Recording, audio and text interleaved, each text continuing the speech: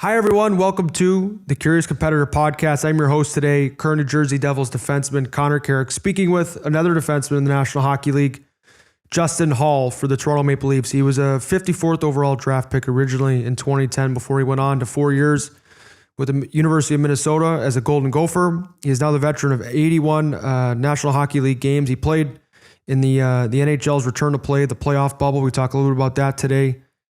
And I have a lot of respect for Halsey's process. We were teammates as Toronto Marlies. We missed each other as Maple Leafs, but he's someone that I have rooted for from afar, given some of the adversity that's knocked on his door as an athlete.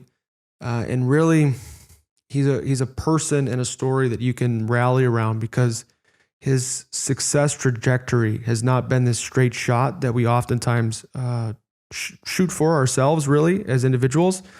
But I hope that in the process of talking together with him today, that he has a greater appreciation for how far he's come. And I know he'll leave us both with quite a few nuggets on how to learn from the process and how do I want to say this? Stay in the fight when success is just around the corner, even though it feels far away. Thank you for joining us today. Let's do this. Hey guys, it's producer Colin here. If you enjoy this podcast and would like to support us, we've created a membership program that brings access to more exclusive content and AMAs to help you become a more curious competitor. At the end of the episode, I will explain more about what those benefits are. Or if you want to find out more information about it now, please visit patreon.com/thecuriouscompetitor. Now, without further delay, here's today's episode.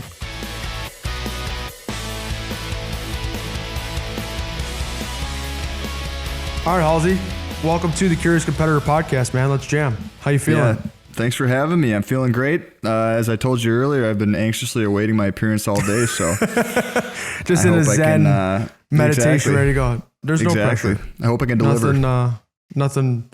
Well, I was pretty excited, I guess. I try to have a lot of hockey guys on. Certain guys are more open to it than others, and guys are private. I get it. But I just think your story, when I look back on, you're drafted pretty high, 54th overall in 2010. You're in the running for Mr. Hockey. You're playing forward and defense as a Gopher with the University of Minnesota. Help me understand your development as a younger player into, let's maybe take it all the way through the Mr. Hockey running. Who were some of your most influential coaches, and really why were you able to have the success at a young age? Was it just inherent love for the game? Did you take it super seriously? I'd love to take you through that. Let's jam. So as a youth hockey player, I was a good player. Was never like the best player, and it's obviously different at that level because there's so many guys that mature at different speeds. So some of the guys that matured early were the best Pee Wee players or Bantam players. And I was always a good player, but I was never the best. But then when I got into high school, started to receive a little bit of interest. I grew a little bit. I think I was like probably like 5'9" my sophomore year, and then I ended up 6'3" my junior year of high school. So, and then I could still move, so it ended up being a good thing. I switched to defense. I played kind of forward defense throughout my upbringing. So anyways, then I was in the running for Mr. Hockey with a couple of my buddies, Buger, Max Gardner, who's Jake Gardner's younger brother, which was fun. And my whole mentality growing up, I never thought about really the NHL or anything like that. When I was growing up, our heroes were the high school players. So I was just like, I want to play for Minnetonka High School. We loved it. And started to receive a little interest college-wise my junior year, and it heated up really quick. And I was like, oh my God, I'm going to play college, which was awesome because that's the dream. And so then at that point, things just start progressing. And then I'm like, oh my God, I'm going to get drafted. So as you said, I get drafted, and then you're like, okay, I want to play in the NHL, but still when you're in college, it feels far away, because you see a lot of great college players who don't make it for whatever reason. They spend a lot of time in the minors, or they have a couple of good years and fizzle out, or, so you never know what the deal is going to be.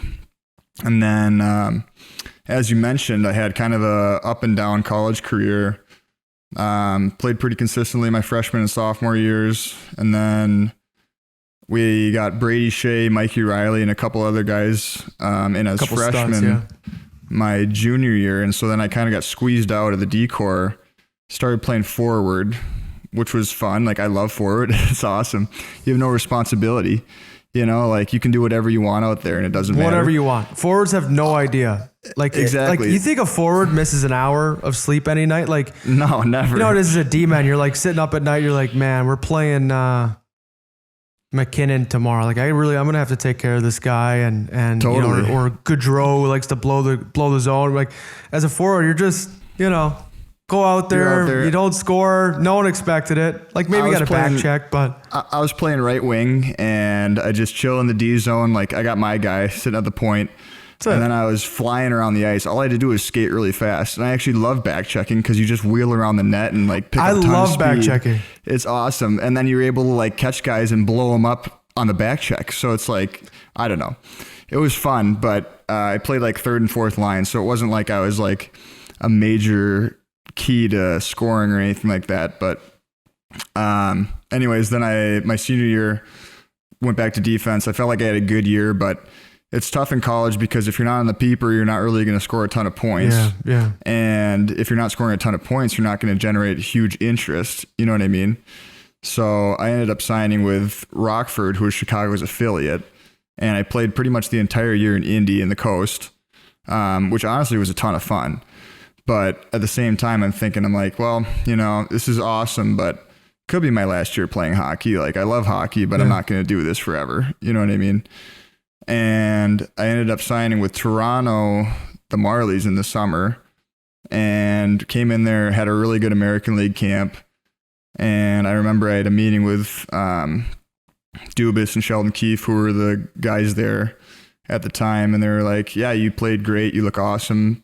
Not only did you make the team, but you're going to play on Saturday. Like, you're in the lineup, which I don't think I really understood at the time, like how big of a deal that was. Cause usually a lot of guys are on NHL deals. They play in the American League. If you're on an American League deal, you play in the East Coast League. So that's kind of how it works. But anyways, kind of got my foot in the door that way. And we ended up having a really good team that was easy to play on, where I ended up being plus a ton, scoring a decent amount of points. I think I had 21 points in like 60 games. So had a good year that way and signed an NHL deal the next year and kind of just went from there.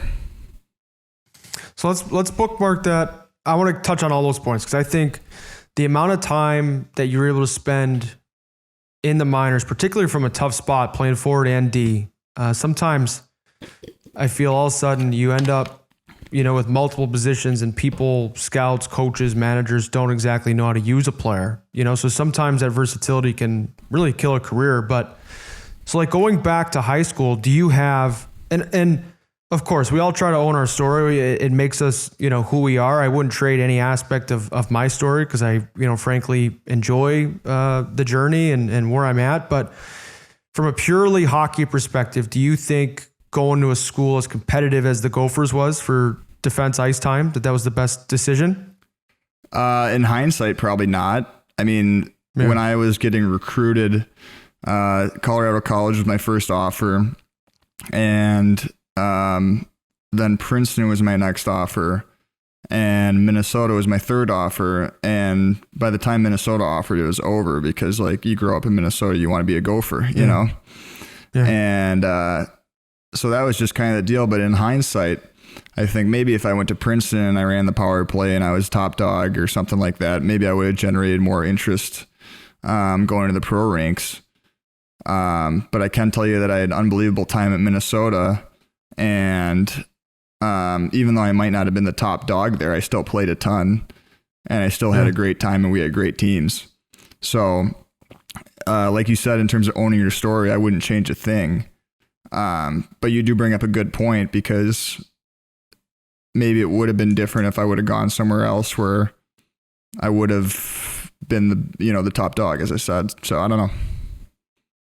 Yeah, because I went through it where I was committed to Michigan and I was so fed up. You know, I was at the U.S. development team and we had a loaded D-corps we had Brady Shea, to use that name again. We had Matt Grizzlick, myself, Seth Jones, Jacob Trouba. Like we were we were juiced, and then I was going to go to Michigan, and they had John Merrill, who originally I thought was going to be a one and done, type player and go off to New Jersey. He was a high pick. Right. He got injured, and then he had some suspension issues. So all of a sudden it's his junior year, and he's still, crunching up 33 minutes, on the left side. And then Trouba, had just committed there, and I just decided, I'm like, in hindsight, I maybe could have looked at another school. I think Wisconsin would have been a good fit at the time. Notre Dame, maybe they had a couple right shots, but the same thing where I saw what that limited opportunity did for me at the U.S. team, and I was like, I can't do that again. I can't take that risk. You don't shy away from competition, but that's one of the pieces of advice whenever I talk to younger players is like, well, I think you want to put yourself in a position to succeed too, obviously, and do it in a smart way. And obviously you did that too, because I remember when Shazy was like a freshman or sophomore, I think we were watching you play in the NHL. And he's like, man, I played with this guy at NTDP. Like, this is crazy. So obviously you made the right choice. Well, and I think that one of the reasons I thought it would be particularly fun to talk was I think both of our careers, have had some unreal ups and downs. Like when I look back, same thing where I came out of the U.S. development team, I was a 5th round pick, and I was kind of pissed about it. Like I, was watching on draft day. I'm like, I think I'm better than that guy. I think I'm better than that guy. Not all of them. There's some stud players, but I wanted to prove my worth, and I wasn't happy with, where I showed.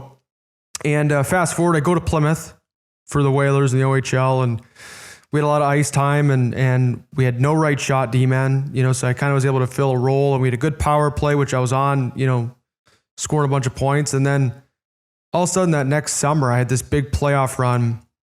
I remember a gentleman named Steve Richmond. I've told this story before on the podcast. It's pretty cool. He was in player development for the Capitals, and he pulls me aside at development camp and is like, hey, I just based off your playoff last year, and based off like what we're seeing, like Connor, you got to start to wrap your head around it. Like you're gonna play in the NHL.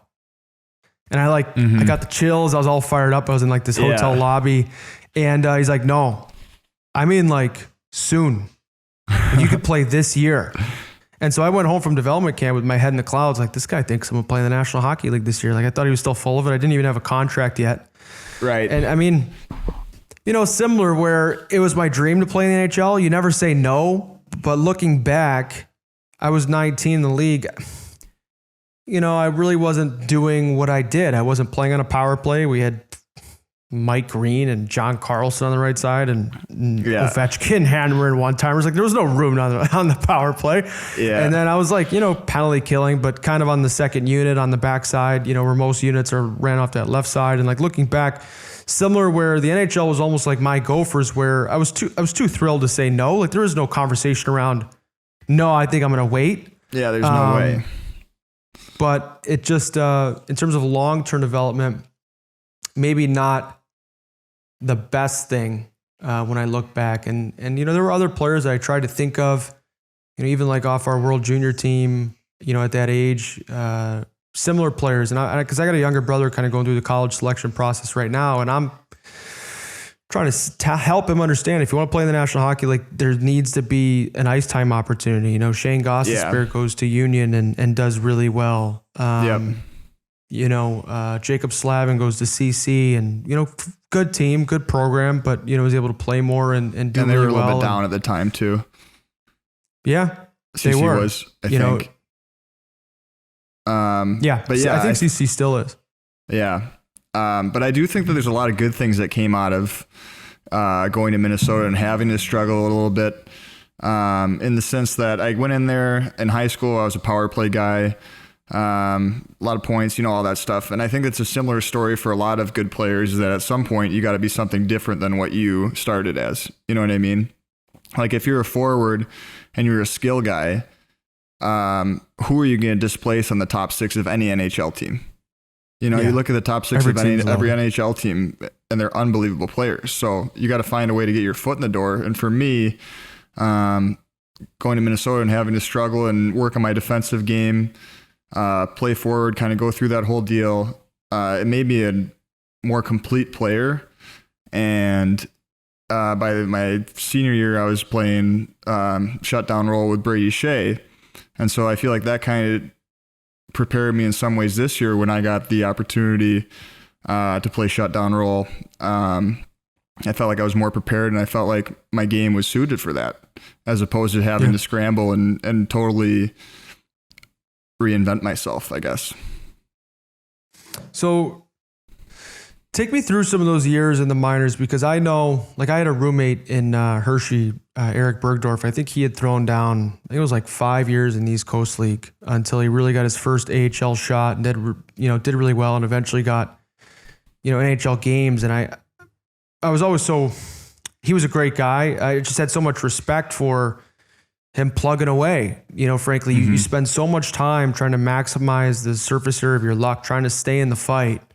What were those years in the minors like, and particularly what, as a Toronto Marley, really you feel prepared you for, because you had some trying seasons as a Maple Leaf coming up in very different ways. One, where you were out of the lineup quite a bit, and then eventually, the next year you're able to break into the top four. Like, what were you able to really learn about maybe two sides, particularly the game, and then maybe more so on the personality side, like about yourself, that you're able to bring to those next two seasons? Yeah. So I think kind of as I touched on earlier, when I was in the coast and I was like, well, it could be my last year playing hockey. I don't know. Then my first year in the American League, I started off and I'm playing really well and getting a really good chance, playing a ton, putting up good numbers, playing with a lot of guys who are going to end up playing the NHL, you being one of them, obviously, during playoffs.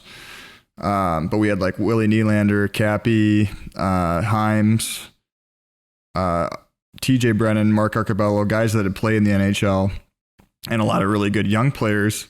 And I think just kind of looking around, and all these guys are getting call-ups throughout the year. And like you had touched on earlier as well with the draft, as you see guys getting called up and you're like, well, I think I'm better than him, or like, I think I've been playing better. So at that point, it's kind of like the belief starts to grow within you. You're like, of course I can play in the NHL. Like, if these guys can play in the NHL, then yes, I can too. So I think that was the main thing I learned, and I learned it pretty quickly, even though it took another couple of years in the American League to really get an initial shot. And then even after getting an initial shot, takes another year or so to get more of a sustained look. Yeah, that was a lesson my dad taught me. I remember when I was first going through, similar to you, where the college recruiting process, there was really no recruiting going on. And then all at once I had my first offer, my first college discussion, I think it was with Dartmouth. First official offer was with Denver. And then all of a sudden, I was really playing well and had, a good chunk of opportunities. But there was a time there before I was getting my call up, my opportunity. And my dad, was kind of pointing the finger. I'm like, who's this guy, out of Michigan, this D-man from Chicago? Like, I think I'm as good as this guy. And I was, kind of jealous, irate. I wasn't happy that they were getting looks and I wasn't. My dad just kind of sat me down. I was like, hey, listen, if you're looking at the guys getting offers, like being blown away, then you're in trouble. When you're looking across the table and you're like, wow, that guy is so much better than me. So I hope good. Then you're really far away. But when you're starting to get envious or a little bit of jealousy, not that those are good traits, but he's like, it's a sign that you're starting to get close. And I got to say, it's also a competitor's mindset. Sorry to interrupt. It is. No, it is. And, one of the things that I loved so much about the Marlies was I just loved it was like hockey school. And you always struck me as a guy that loved hockey. And if you loved hockey, it was a fun place to play. Totally. There was constant learning, whether it was, Mike Ellis or Daryl Belfry or Barb Underhill running skating and skills before to, the way our team played. We played a fun style. We played a high IQ style, something that I think was good for defensemen, the way we like to play and be involved. And what X's and O's wise during your Marlies run, let's say during your last year when I was no longer there, what really changed in your game to earn that sustained look in the National Hockey League? That's a good question. I think that for me, every time I play a game is just another learning opportunity. So you get more comfortable. You learn what you do well that can translate to you having success. You learn from your mistakes, which of course there are a ton. And you learn the general style of play that you need to be executing. So it's tough because a lot of people want to put you in a box. They want to be, this guy's an offensive defenseman. This guy's a defensive defenseman. This guy is fourth line winger. This guy, so for me, when I was playing with the Marlies, I thought, why can't I do it all? Why can't I join the rush and still get back? Why can't I play responsible defensively, but still chip in from the point and do stuff like that? And I think my final year with the Marlies, I really did that. I didn't play a lot of power play. I think I led the team in points as a defenseman, or led the defensive core in points without playing power play or anything like that. Felt like I was playing shutdown defensively with Martin Marinson. So at that point, I'm like, I think I can do it all. But at the same time, it's a little bit different in the NHL, as much as you don't want to admit it, because every choice that you make in the NHL to jump in or to do something, there's such a high possibility of it going bad, So like, really especially when you're playing against really good players, you could make the most innocent decision where you think, okay, I'm just going to creep in here and give myself an opportunity to get a pass. And then that pass gets deflected off a stick, and then it's a 2-on-1 the other way, and it's in the back of the net before you can even think. So that's the tough balance, I think, is staying true to your game and doing what makes you good, while at the same time being responsible. So I think that's probably a big reason why people want to put you in a box, because they want you to just be focused on one thing. But I don't think it's that simple. And I'm still trying to find the answer. I don't have all the answers at all. So I think every game's a learning experience as to how you can be yourself, but not hurt the team or help the team. Yeah, I don't think not hurt would be the right mindset. Yeah. You know what though? Sometimes you got to play a good old fashioned survival hockey type game and just get through the first 5 minutes, whatever. But it's something that even at our position, I feel like it's controversial. There's a huge difference I find between coaches on what they expect and want from their defensemen. Year in, year out, coach to coach, everyone kind of has their goal on how they want to play. Whereas similar to trash on the forwards again, I feel like for the most part, they kind of leave these guys alone and let them, play in their hockey sense and things like that. But it's a big difference, when, I remember even playing for Mike Babcock. He was huge on, it's a little thing, but the low to high, like shoot it immediately. Yep. I kind of like to handle it and sift it. I like the tip shot. It was something that, when I was a Marley, it was something I really liked to use a lot more. And for whatever reason, you gotta be able to, it's a delicate balance. Like, how can you maintain your identity and what works for you personally, while also also gaining the coach's trust, and being put in a position to play or, do things like that. So yeah, I think it's a tough balance for sure. And it's so hard to, it's almost like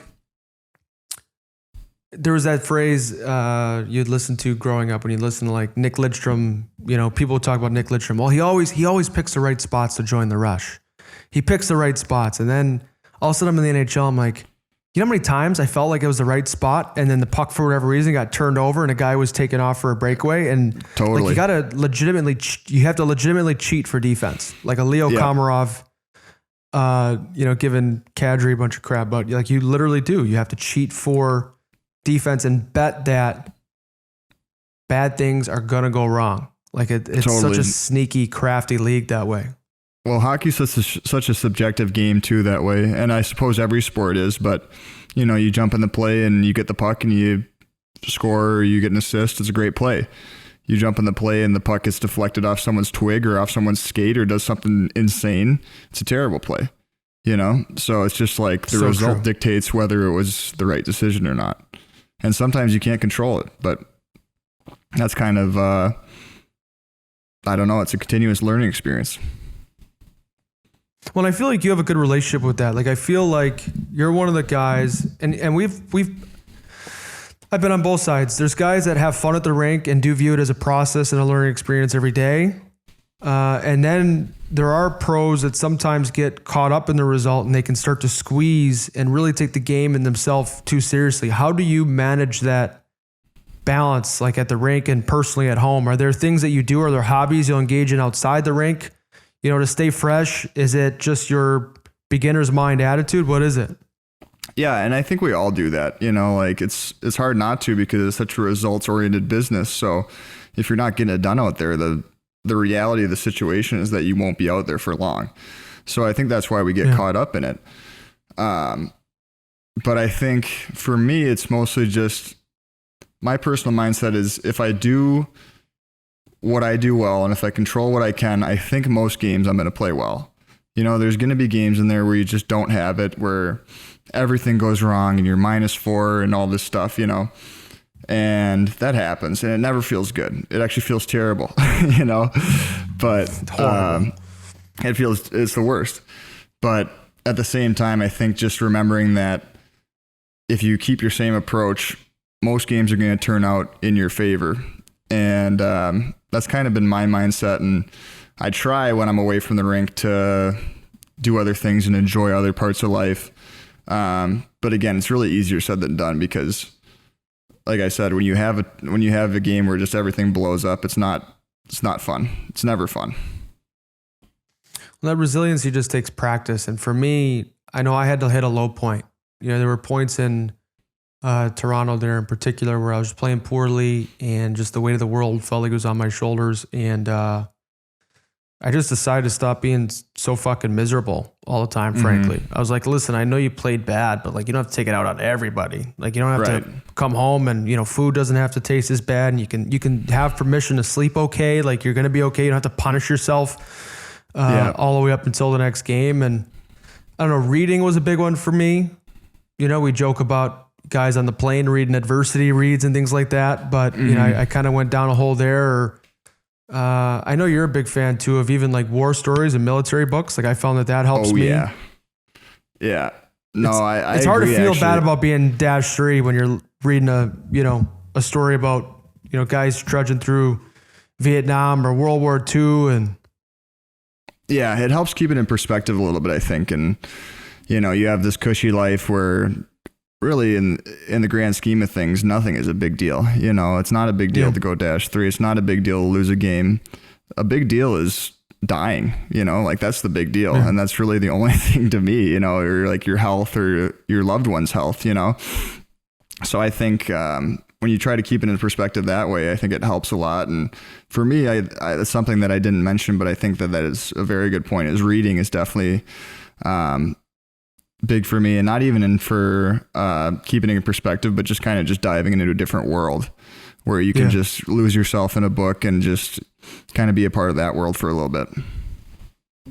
Yeah. And that's what, cause I played with you a bit and I did notice that I'm like, man, this guy reads a lot. You'd be crushing on the plane, on the bus, whatever. And I was like, I identified as a reader, but you were really elevator rides, anything you get your hands on. And I was just always impressed with that. And I thought it lent itself well. I was curious because I do feel that you are one of these guys in hockey who takes the game seriously, but not yourself too serious. And I think that's a nice blend.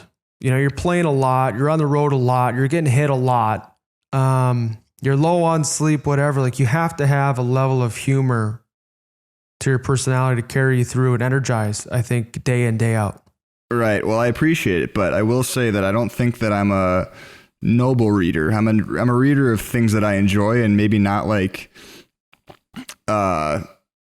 things that would, because a lot of guys read books. I think you might be a type that would read a book of how you better yourself or things like that, whereas I'm a reader of just stories that I think are really entertaining, so I don't know if I'm I've transferred.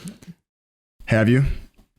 Yeah. Cause I just found that, some of the self-improvement books are great and things like that, but I feel that the indirect stories, someone just discussing their stories and you got to carve out the lessons on your own. That's half the fun.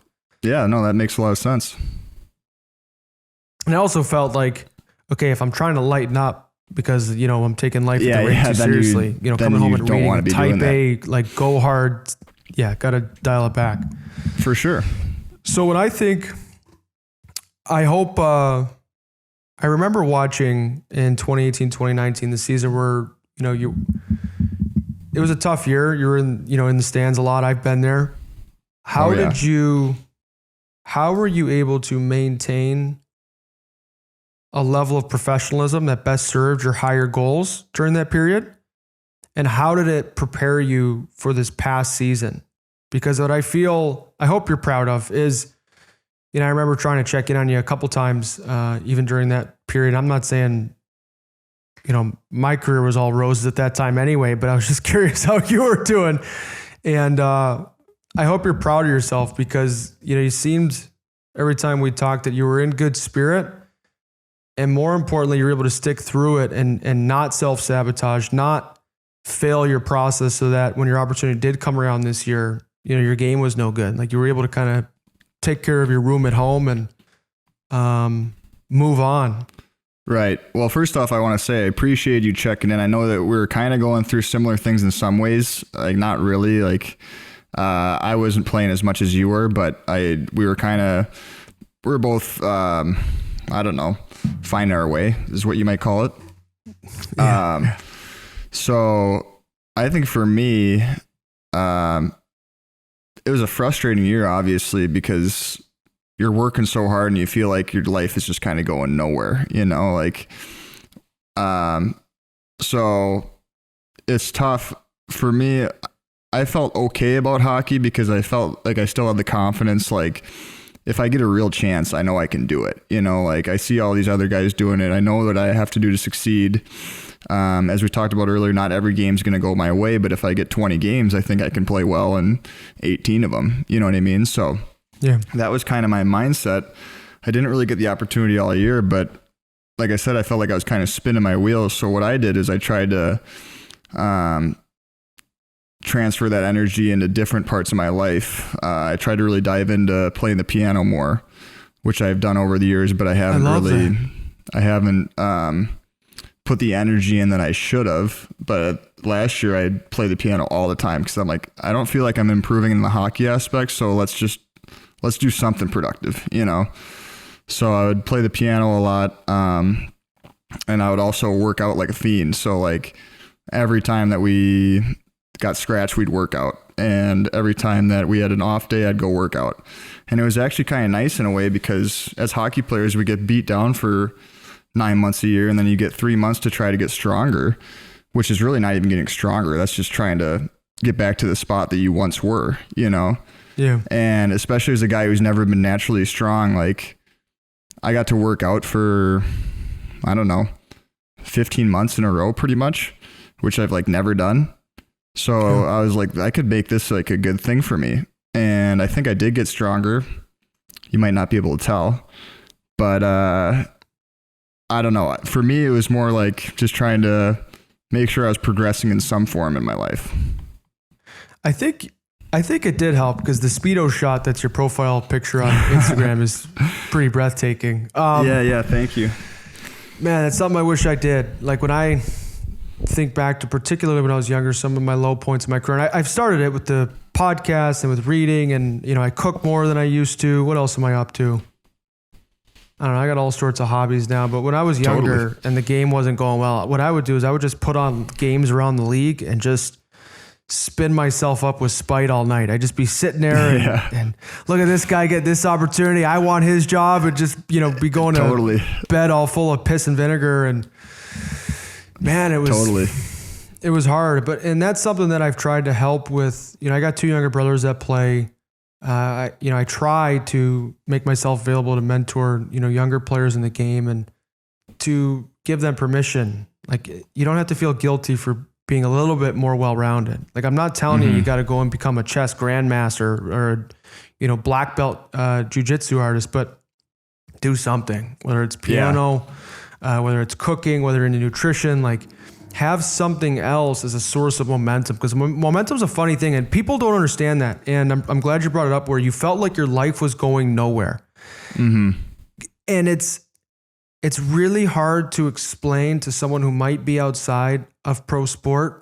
But when it's Groundhog Day, you're showing up the rink, your name's not on the lineup card, you're getting bag skated, you're going through a workout, and you're just waiting. You're just waiting for the club to make a decision on you. You're just waiting for them to move somebody to take your job. You're just waiting for them to send you down. It's like purgatory. And you really do it's lonely because there's not a lot of guys involved in that bag skate. Mm-hmm. And also, no one really cares about your problems. Everyone's got their problems, like whether it's trying to score 30 goals or whether you're trying to be a top pair guy versus a bottom pair guy or whatever. So everyone's got the thing that they're worrying about. No one wants to hear about you complaining about what you're going through. No. So, and in theory, right? Like part of that paycheck is to deal with the bad. Like they're not, they're paying you to, of course, be a top 4 demon or score 30 goals, but they're also telling you to stick with it on the year that you have 12. Because we're going to need you come playoff time, or we might need you after an injury. Yeah. And that's the definition of trying to do your best every day. Right. When you were training, like what was some of your self-talk during that time?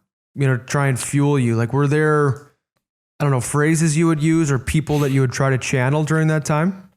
I was just trying to have as nice a beach body as I could. Big pump. I'm just kidding. Just straight beta alanine and 50 sets of 50 bicep curl. Exactly. But no, I think mostly it was, as I said, just trying to improve myself in some aspect of my life. And I think too, that feeling wasn't like a choice that I made. That was just an actual feeling that I had.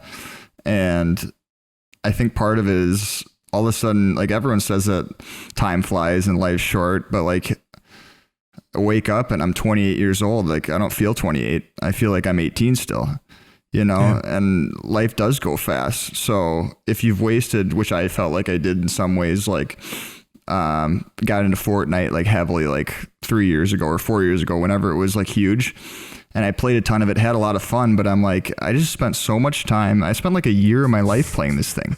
Like, I'm like, am I kidding? Yeah. So, and then like, as you get older, you're like, I'm old. Yeah. I mean, 25, it's a weird world where 25 is the cutoff. Like if you're under 25, you're young. If you're older, 25, you're old. And I remember I couldn't cut you off fast enough with the Fortnite. Cause I remember Tyler Bozak was really into Fortnite, Marner. And that Roman Polak would throw a fit. Yeah. He'd be like, I don't get it. He goes, I don't get it. You guys, like, be a dad. You guys have kids at home. Like, put the video game down. Be a dad. It was so funny to just hear his, like, alpha male energy and how he just couldn't believe that these guys, were able to get away with, each their own. I get it. But no, it is true. If that gives you joy and stuff like that, that's totally great. And I truly mean that. It's just when I look back on it, I'm like, when you're young, you think that you got nothing but time and that you're kind of living just like a hedonist lifestyle where you're like, I love playing hockey and then I go home and I play vids and I do whatever I want. And, I don't know. Like I said, you wake up and you feel old and you're like, God, I wish I would have spent that time doing something productive. So that's what I try to do. I'm not always perfect, When we were in the bubble, I was playing a ton of COD, but then we were in the bubble, How was that? The bubble experience, the playoff experience? The bubble was actually really fun. We were only there for a short period of time, obviously. So that could have been a factor. I would imagine, the guys that went all the way were probably pretty tired of it at the end. Yeah. Probably felt a little bit better when you have the Stanley Cup, but I think that the NHL did a really good job considering the circumstances. And for us, it was just like, if someone told you that all you had to do was play hockey and hang out with your boys and play video games, would you ever complain about that? No. You put in perspective that way and you'd be like, well, it's fine. One of the things I thought was cool, I was talking to Chandler Stevenson, who was with Vegas, one of my close friends, and he had mentioned, I said, what was the hockey particularly like? He's like, the hockey was great. Like it was intense. He said it was a little weird when you'd score and no one would kind of, celebrate. Totally. But he goes, I couldn't believe for a playoff, because he's won a Stanley Cup with Washington and, he's been through some pretty cool playoff moments. And he just said what was crazy to me was the lack of momentum, good or bad. Yeah. And what I learned, what I banked in my head was like, oh, so the momentum, the noise, the 20,000 people going bananas in the stands, like that's all a mirage. Mm-hmm. And I wish I had the playing experience, but that was something I'm going to try and, hopefully be able to steal and remember come, you turn a puck over at the United Center or whatever. And, da da da da da da. Yeah. There's No, 25,000 people singing the song. Like, it's just noise. You still might get the opportunity to do it this year. I mean, I hope we have fans, but who knows what happens. But I definitely agree with that. And it was funny because our first exhibition game within the bubble, we played Montreal. And as you would expect, it felt like a scrimmage. Super laid back. It felt like, and then afterwards I was on Instagram and I watched the highlights and I'm like, these look like NHL highlights. Like, this looks normal. I don't want to show up on these. Yeah. I'm like, I don't want to show up on these in a negative fashion. I certainly do want to show up in a positive fashion. So that was kind of like, wow, this is real. So then when we're playing Columbus, I think that the hockey was very intense and everyone kind of understood that even though you're not getting the momentum, like, this still means a ton. But as you said, like, the crowd is a factor because really is. You turn the puck over and all of a sudden everyone goes, oh, like, people get excited and people feed on, like, players feed on that whether you know it or not, because it's like positive momentum. The definition of momentum is what I'm about to say, but like, it begets more positive momentum and negative momentum goes the same way. Yep. So in a lot of ways, it was like you turn a puck over, no one says anything, like there's no word from the fans, and you just move on. And I feel like it was easier to move on in some ways because of the lack of fans. And if you did something good and nobody says anything, it's easy to move on from that too, and not in a great way because you want to remember that stuff, but you're just like, it was definitely a different experience. But as I said, I think, like, given the circumstances, it was a very good result and the hockey looked really good.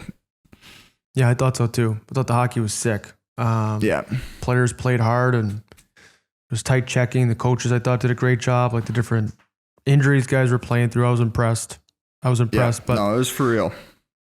So how are you trying to use last year and the bubble experience? Like, what's your mindset heading into? I mean, gosh, we hope there's a January training camp, right? Like, that's what the whisperings are out there, and I don't know, even as players, we still don't totally know, but what is your mindset around training and skating and getting ready for a season with an arbitrary date?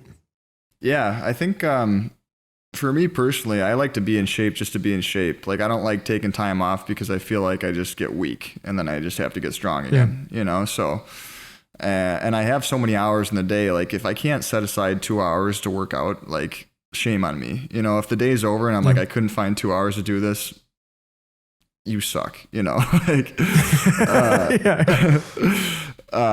so like, that's kind of my mindset, is I just want to be in shape all the time, no matter what. In terms of skating, I did take a lot of time, or relatively a lot of time off after we lost. I took a month or a month and a half off, but I think that is, for me, maybe beneficial not to be doing the same repetitive motion for 12 months a year, and I like to cross train. I like to play a lot of tennis. So I've been playing a ton of tennis, a ton of platform tennis, biking, doing a lot of different stuff that way, along with the normal strength training. So I don't know. I feel like I'm ready to go whenever. Yeah. I think there's a lot of beauty in that, just having like a general preparedness, for physical activity, just like being a good athlete, being strong, being in shape.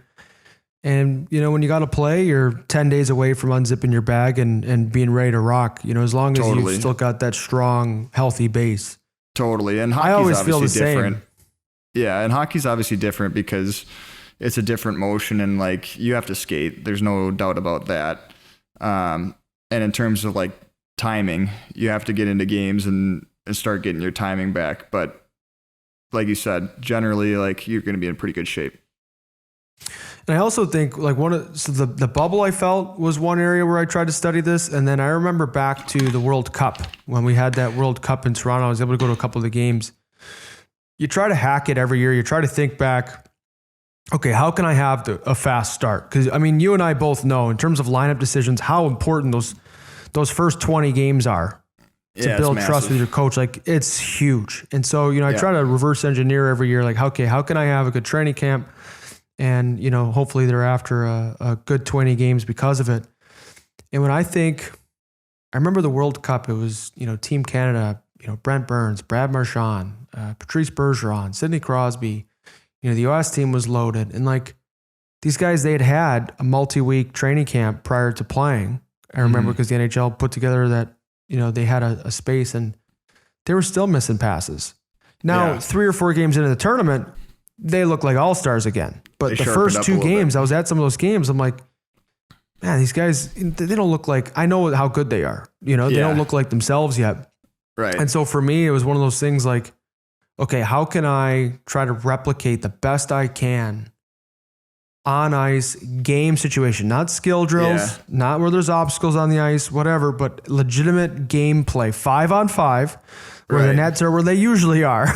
So I can try to, and it's hard because it's hard to get that many guys to buy into trying to play that hard in the summer, but I would if you say can get it's a competitive impossible. group, it's impossible. I think it's impossible because no matter what, guys aren't going to be back checking like they usually do. They're not going to be forward checking like they usually do. They're basically, it's not real hockey, no matter what. Like, even if you try to make it real hockey, I don't think there's anything like games. So I think maybe preseason is important, not even to play well, but just to remember what it's like to play hockey. It's always a shock in preseason when you get hit for the first time.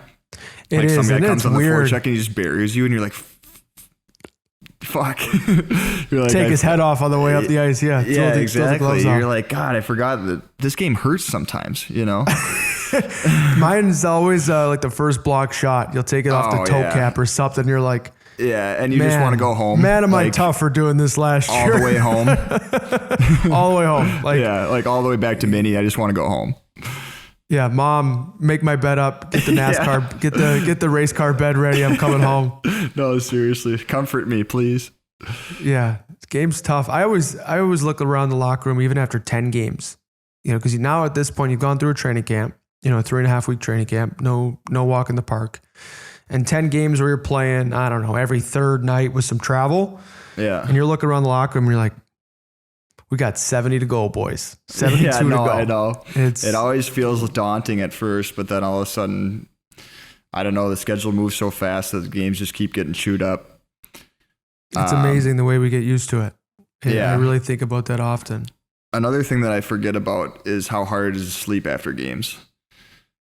Like every time after our first game of the season and you just sit there and you're tossing and turning and you're like, there's just absolutely no chance I'm going to bed. And you're like, God, I took for granted how well I slept like this summer where every night I was in bed at like 9:30, so tired, like getting 10 hours. I've been championing that on the podcast. One of the things I try and help understand either for like parents of players or young players themselves is like everybody's seen the Mitch Marner Beats commercial before the game where he's walking up and it's like, he's got the pump up tunes on, or, the LeBron commercial where he's, tuning out everybody, whatever, right? We've all seen those headphone commercials. I'm like, no one preaches the post game routine where you get out of this like diesel like mentality, where all you want to do is make plays and take someone's head off. And it's like, we need to make it cool to try and get some sleep that night. We need to teach kids that the next game starts when the last one ends. And the first step of that process is like, okay, take some deep breaths because, hey, remember that time, where you wanted to take your coach's head off during the second period for pulling you off the power play. Like if you're going to think about that all night, you're not going to sleep well. No, for sure. Well, I think I want to ask you now, just thinking of it, do you have any strategies that you use to sleep after games? Because I can't figure it out. So I found a couple that I really like. One of them is no matter what time we get in, I'll try to maintain the same routine. Sometimes I'll negotiate with that, but for the most part, it looks like I'll get in, I'll unpack my stuff for the next day, whatever we have for the meeting. Like if we got to wear a suit down in the morning, I'll hang my suit up, take it off, hang it up nicely. I'll try to avoid any sense of hurry, right? Because I've done it, you've done it, where you're trying to like hurry to bed, and then you're like, okay, I'm here, and now I'm still in a rush, and I can't fall asleep. I always do that. When you're doing the math in your head, you're like, well, if I fall asleep right now, I may get 6 hours, or Exactly. And then sometimes you'll turn over and you'll like add another 10 minutes to your alarm clock because you just realize you didn't fall asleep. You're like, okay, if I still need 6 hours, I need to add 10 more. And then so what I'll do is I'll get in, I'll hang my stuff up, kind of like a sense of like peace and quiet for a moment. A lot of times brush my teeth. I'll take a shower, and then usually I'll do either, I have like a Headspace app on my phone. I'll do like, they have these fall asleep meditations that I really like. Or I'll do, I think it's like a sleep apnea app. It's like box breathing. So it'll be like a 4-second in, a 4-second hold, a 4-second exhale, and a 4-second hold. So you're like making a box with your breath, and you're supposed to like make it longer. So you're supposed to like inhale for 10. That way you're, holding and exhaling for even longer. Yeah.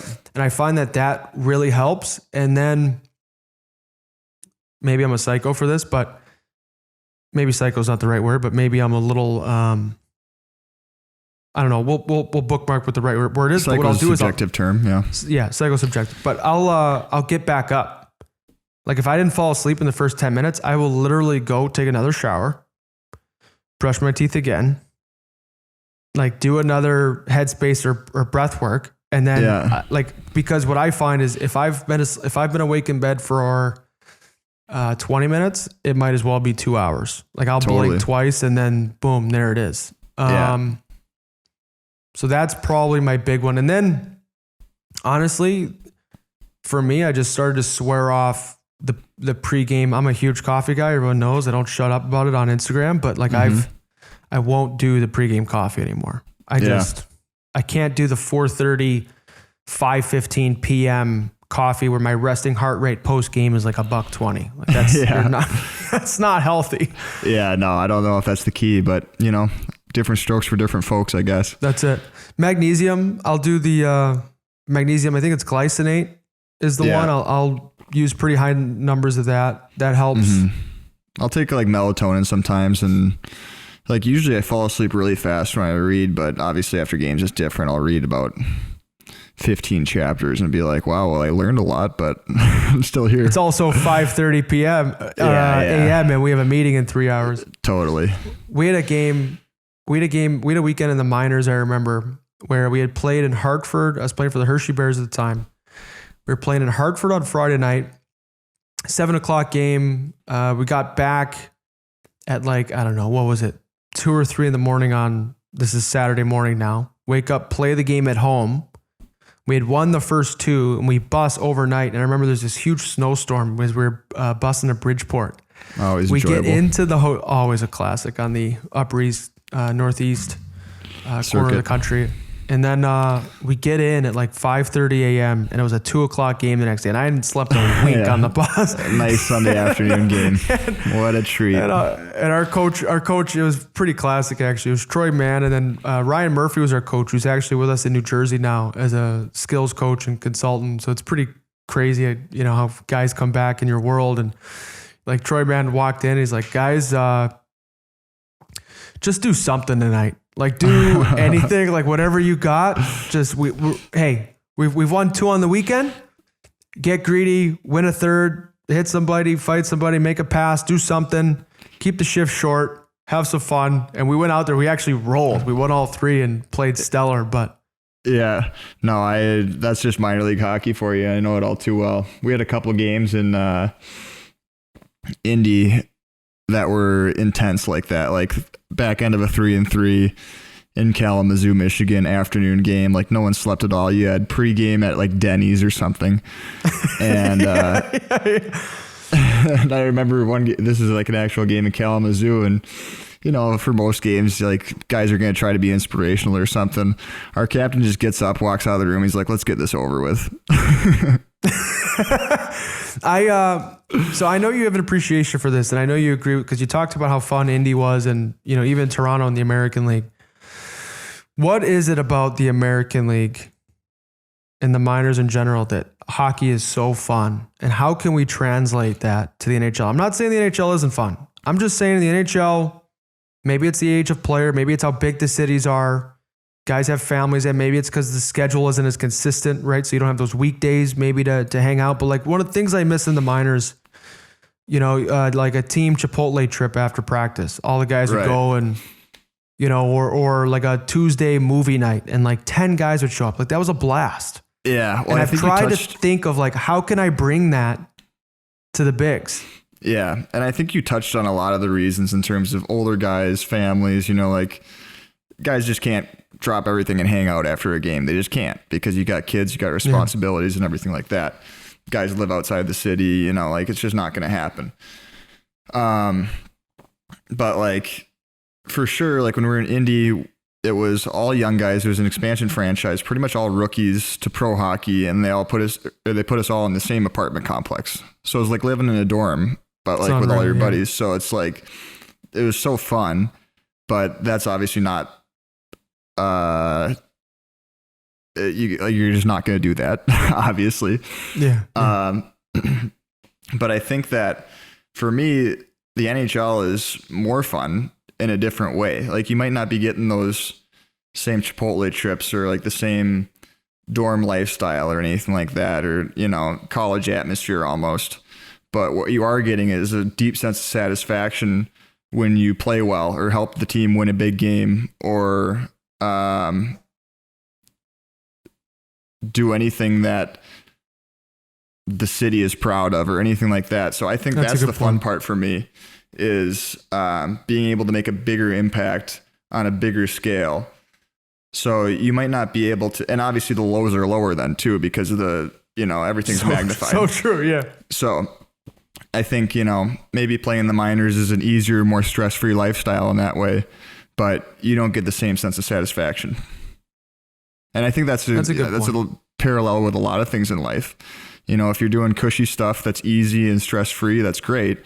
But for me, that doesn't really, the really satisfying things in life are the big risks you take or the things that could go terribly wrong that you still trust yourself and go do it, So I think that's the fun stuff, the really fun stuff. Like I always loved as a D-man getting an opportunity when, you didn't get the chance to play against top players in the league. And then you do get an opportunity because you've earned it, through successful play over the course of, 5, 10, 20 games, whatever. But it's a cool challenge when you're trying to figure out how to play against different players and different strengths. And that's what I think is really particularly unique about the NHL is like the strengths of different players is particularly more wide ranging and more extreme, right? Like there's quick guys in the American League and they're really easy to even faster players on your third and fourth lines in the National Hockey League. But then all of a sudden you get into the top six and you've got, you're playing against a passer like Nick Backstrom. If your stick's out of position for a second, he's going to land it flat on the backside. If you're going to get an opportunity to play against Nate McKinnon, like, there's a lot of guys that can skate in the league, but he's just got to giddy up. But he's a 5-tool player, like he can skate, he can stick handle, he can wire the puck, he can do whatever you want. He can pass, and there's a lot of guys like that, obviously. So yeah, that's, I remember, must have been December, I think. And, our D coach had come up to me. We were about to play Colorado. And he just came up to me before the game. He's like, you and Muzz got McKinnon's line tonight. And so this is after I had played, I don't know, like 20 games this year. And maybe that would be like 30 career games. And the first thought that I had was just terrified. I was like, this is just like shot through me. But then really weird right afterwards, just as quickly, it was like an overwhelming sense of positivity. Like, this is amazing. Like this is a massive opportunity. And all I have to do basically is not get scored on. And we ended up not getting scored on that night. And there's been plenty of nights where we did get scored on a lot and had bad nights. But, that was shocking. How has, who is the D coach now with the Leafs? Who was it last year? How was that? I never played for him.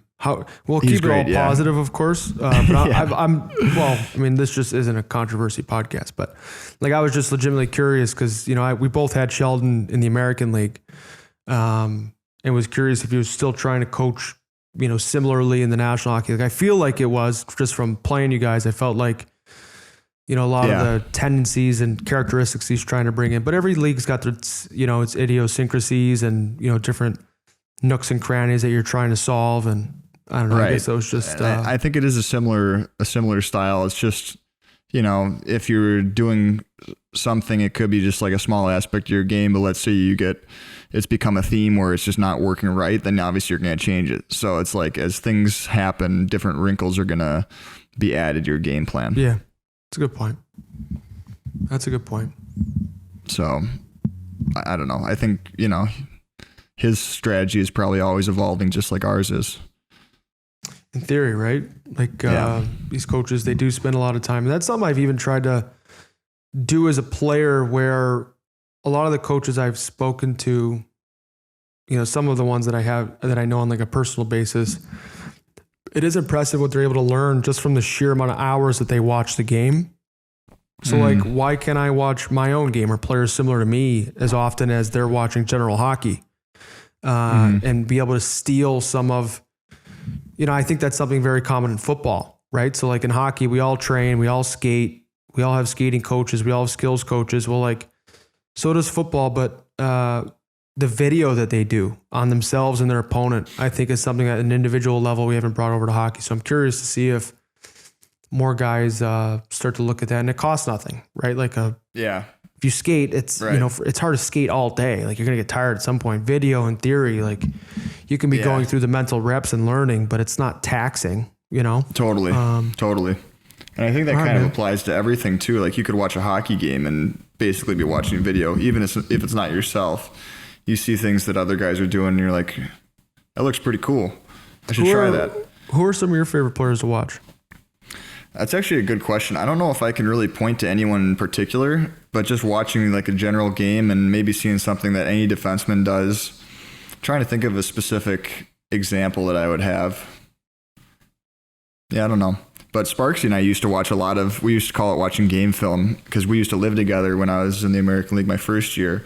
And we would just watch NHL highlights and watch these like sick goals that these guys were, or like sick plays that you guys were making, and just like, I think I could do that. Like, let's try to do that sometime, And, Sparky was watching game film. It just wasn't for when he had to play goalie tomorrow. It was so when he had to play forward in the summer. It was for Lemonheads. He seriously was.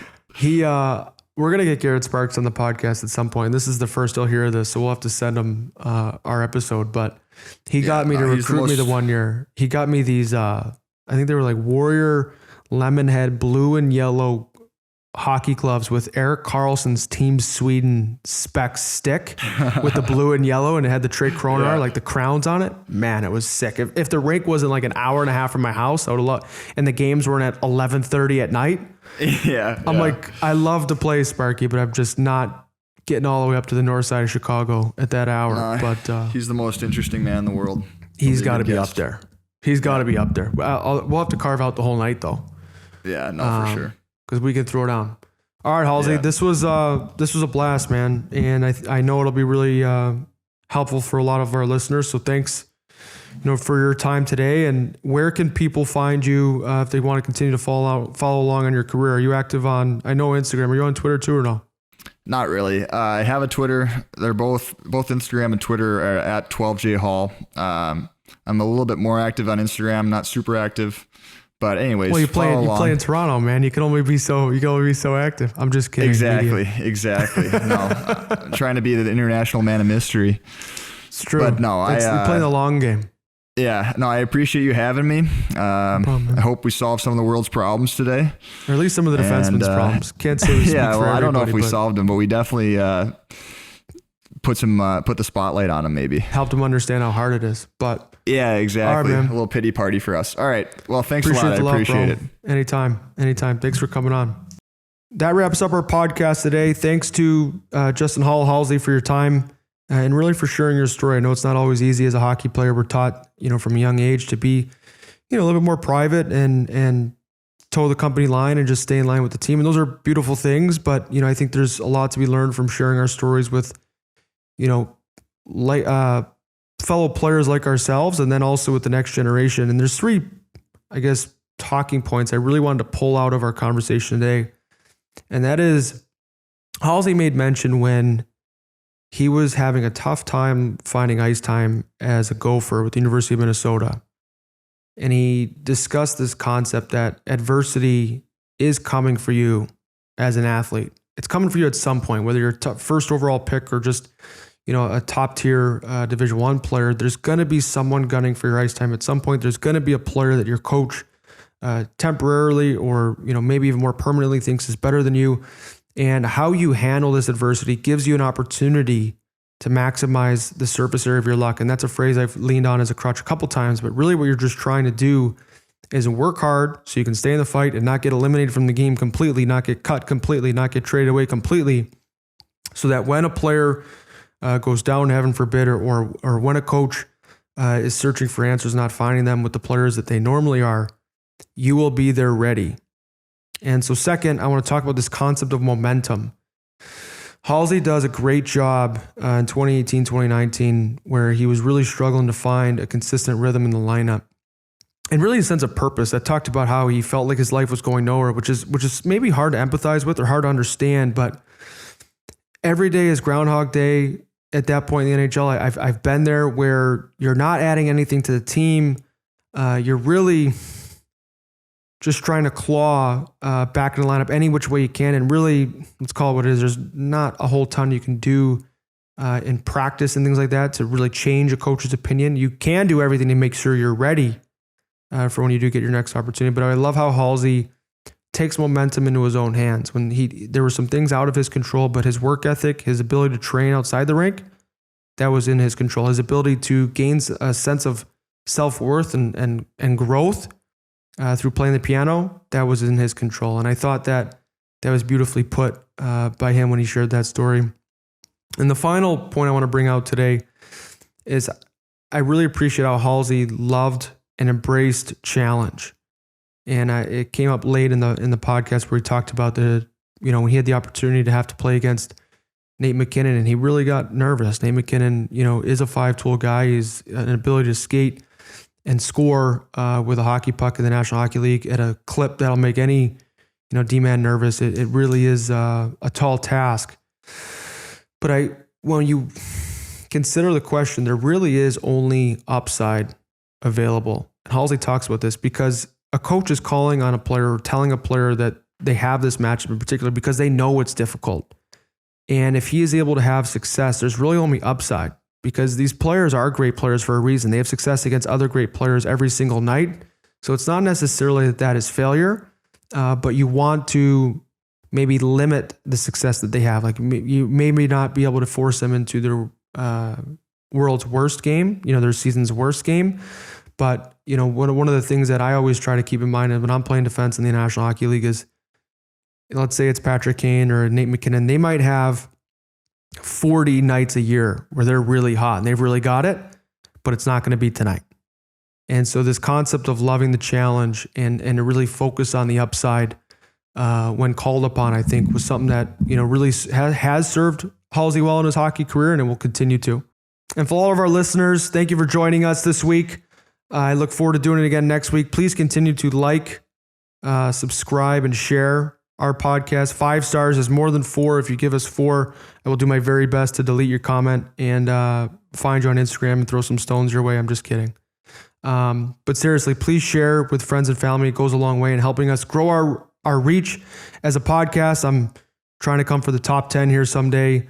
And we're well on our way. So thank you for joining us each and every week on joining really me and our audience on becoming more curious competitors. So this was really enjoyable, and I look forward to doing it together again next week. Thank you.